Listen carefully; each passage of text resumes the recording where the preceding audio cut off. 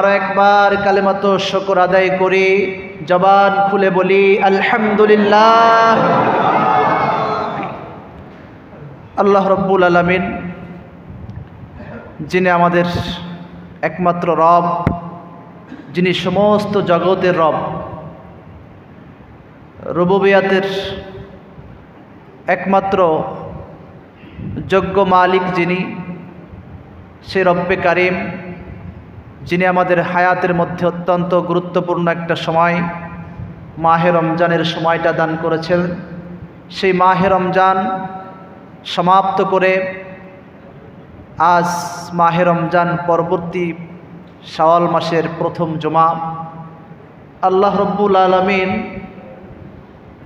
আমাদের প্রতি এতটাই দয়ালু, আমাদের জন্য কোনো কিছু যিনি কঠিন করে দেন নাই, বরং ইনসান হিসাবে, মাখলুকাত হিসাবে, সর্বোপরি উম্মতে মুহাম্মাদি হিসাবে আমাদের জন্য আল্লাহ তাআলা সমস্ত বিষয়, সমস্ত কর্মকাণ্ড, শরীয়তের বিষয়, দুনিয়া আখিরাতের সমস্ত বিষয় সহজ থেকে যত সহজ করা যায় সেই সহজের নমুনা আল্লাহ তাআলা আমাদেরকে দিয়েছেন। আর তার বাস্তব নমুনা আমরা দেখতে পাই যে আল্লাহ তাআলা আমাদের হায়াতের মধ্যে কিছু কিছু সময় দিয়েছেন যেটি গুনাহ মাফের সময়, আল্লাহর পক্ষ থেকে রহমত লাভের সময়। আবার এমনটা করেন নাই যে সময় তুমি হারিয়ে ফেলেছো, তোমার জন্য আর কোনো সুযোগ নাই, তাহলে আমরা খুব বেকায়দায় পড়ে যেতাম। যে একটা নির্দিষ্ট সময় যদি থাকতো, 1 বছর 2 বছর বা 1 মাস 2 মাস, যে বান্দা এরপর আর তোমাকে সময় দেওয়া হবে না, তুমি অপরাধ করেছো, গুনাহ করেছো, তোমার জন্য সময় ছিল মাহে রমজান, মাহে রমজান শেষ, তোমার আর কোনো সময় দেওয়া হবে না, কোনো সুযোগ দেওয়া হবে না।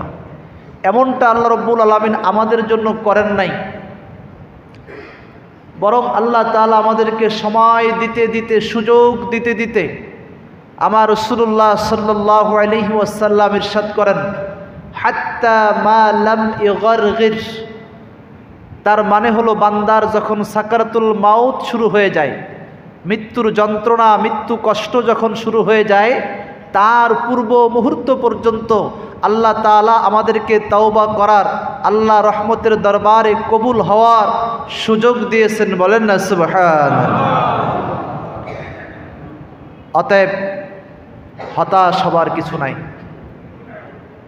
হ্যাঁ, যারা মাহে রমজান পেয়েও সময়টা কাজে লাগাতে পারি নাই, আমাদের জন্য অবশ্যই আফসোস,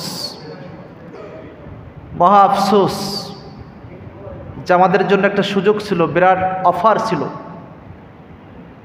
দেখবেন দুনিয়ার বাজারে বিভিন্ন সময় বিভিন্ন অফার আসে, বিভিন্ন মৌসুমে। তো অফার যারা গ্রহণ করতে পারে তারা নিজেদেরকে ভাগ্যবান মনে করে।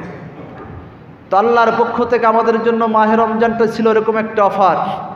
যারা গ্রহণ করতে পেরেছি তো আলহামদুলিল্লাহ, যারা পারি নাই তাদের জন্য আফসোস, তবে হতাশ হবার কিছু নাই।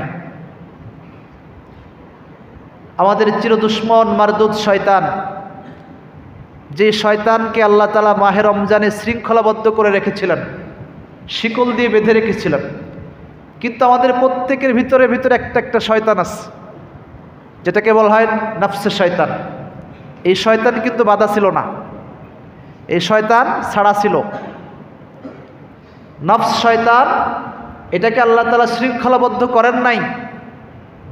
ইবলিস শয়তানকে আল্লাহ তাআলা শৃঙ্খলাবদ্ধ করেছিলেন, বেঁধে রেখেছিলেন। কিন্তু আমার আপনার ভিতরে যে শয়তান লুকায়িত আছে, এইটা মাহে রমজানেও কি ছিল? ছাড়া ছিল। এই জন্য দেখেছেন অনেকেই আমরা অপরাধের সাথে জড়িয়ে পড়েছিলাম। তো এই নফস শয়তান, এটা মারাত্মক, আমাদের জন্য বড় ভয়াবহ, বড় ক্ষতিকর। নিজের নফসকে যদি কন্ট্রোল করতে পারি তাহলে সত্যিকার মানুষ হওয়া সহজ, সম্ভব। আর নিজের নফস কন্ট্রোলে নাই, গুনার সাথে একেবারে সবসময় ডুবে থাকে, এজন্য আল্লাহ রসুল সাল্লাল্লাহু আলাইহি ওয়াসাল্লাম একটি হাদিসের মধ্যে জিহাদের প্রসঙ্গে আলোচনা করতে গিয়ে নিজের নফসের কথা বলেছেন যে তুমি তোমার নফসকে যদি পরাস্ত করতে পারো, নফসের উপরে তুমি যদি বিজয়ী হতে পারো, তাহলে শয়তান, ইবলিস শয়তান তোমাকে ক্ষতি করতে পারবে না, দুনিয়ার কোনো দুশ্মন তোমাকে পরাস্ত করতে পারবে না। অতএব আল্লাহ তাআলার কাছে আমরা ফরিয়াদ করছি, আল্লাহ যেন আমাদেরকে আমাদের ভিতরে যেই নফসানিয়াত রয়েছে, শয়তানি রয়েছে, এটা থেকে যেন আমরা মুক্তি লাভ করতে পারি।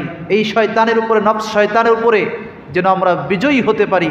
আল্লাহ তাআলা আমাদেরকে তৌফিক দান করেন, সকলে বলে আমিন। আমি আপনাদের সামনে সূরাতুল হিজরের